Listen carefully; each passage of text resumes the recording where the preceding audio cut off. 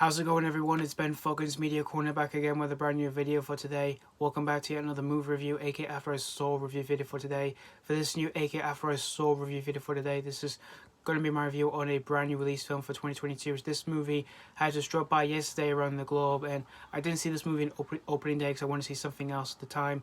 But I did manage to see this movie today. I saw this movie just today.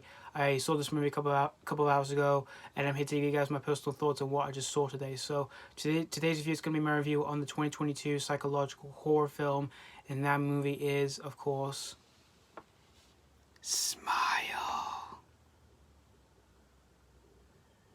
Anyway, Smile. This was written and directed by Parker Finn, and this is actually his very first film as a director, in which this movie is actually based off his short film that he made back in 2020 called Laura Hasn't Slept. And this film tells the story of this psychiatrist named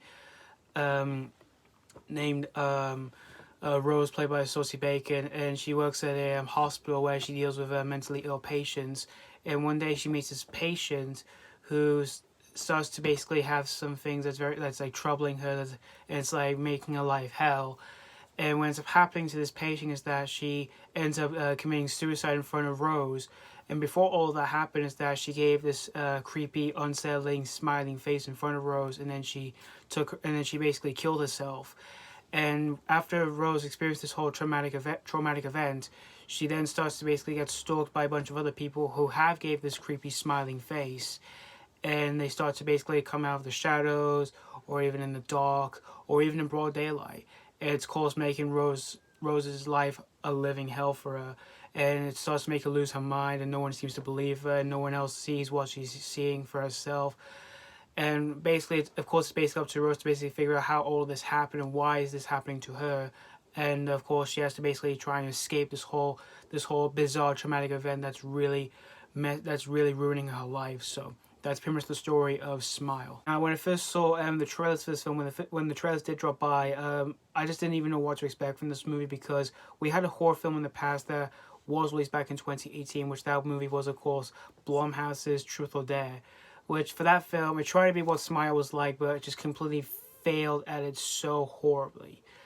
Like, for the grin, for the creepy grin faces in that film, I just found those grin faces just being absolutely ridiculous.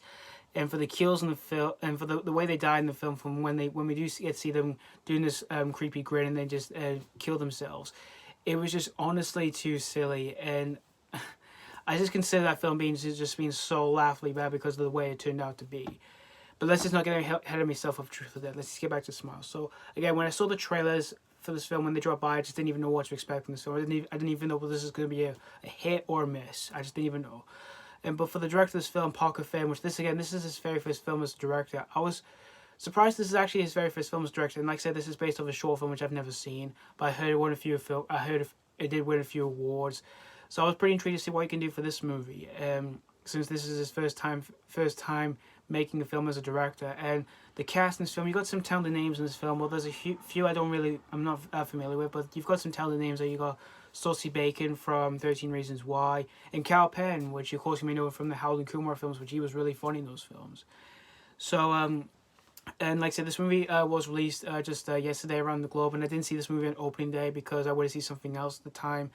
But I did manage to see this film today. I saw this movie on the 1st of October, and I thought it was a perfect day to see it, because obviously for October, it's a time of month where every year for that month I always watch horror films. So that was a perfect start for this month. So I went to see it today on the 1st of October, and there was quite a few people on my screen, but not a whole lot. But after walking out of this film, I can definitely say for Smile, I definitely had a really good time with this movie. This was definitely a really good horror film.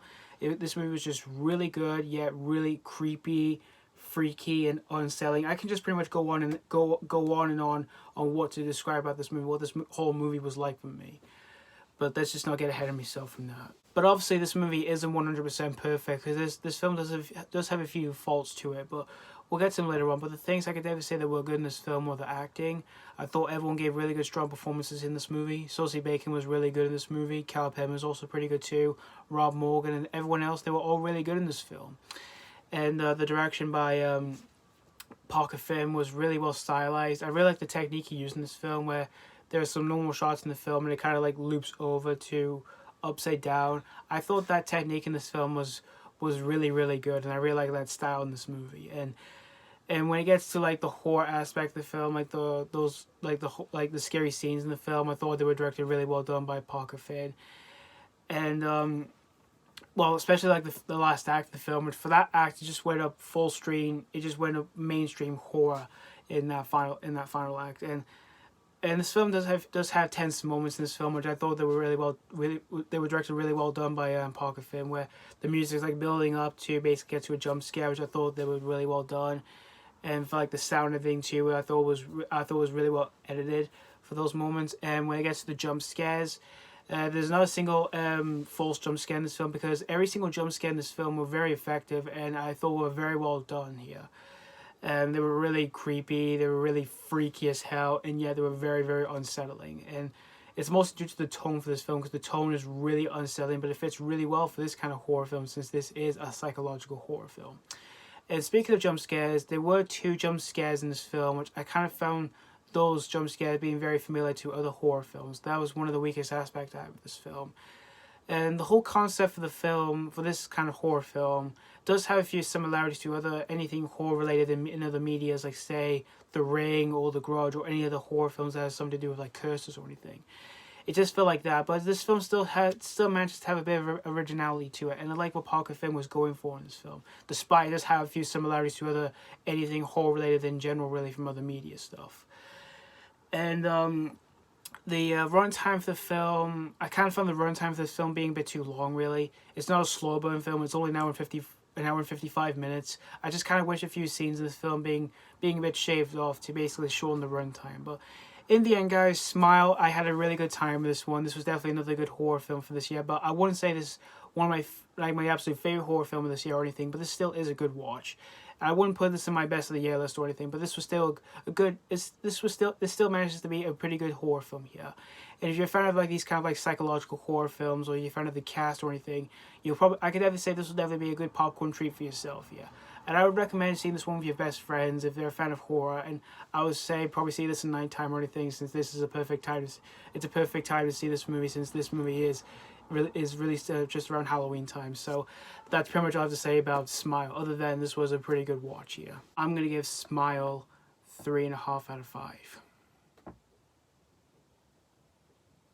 Pretty solid score. Despite this film has a few faults to it, I still managed to have a pretty good time with this one. But again, I wouldn't put this in my best of the year list, but I would put this in my other list, which will be for like the best horror films of 2022, because this one was a really good watch here. So yeah, thank you guys so much for watching my AK After I Saw review on Smile, and let me know what you think of this brand new release, if you just already seen this film, or if you just recently checked out this film. Did you have a really good time with this, or was this not really a popcorn treat? As always, thank you guys so much for watching, and this has been Focus Media Corner signing off.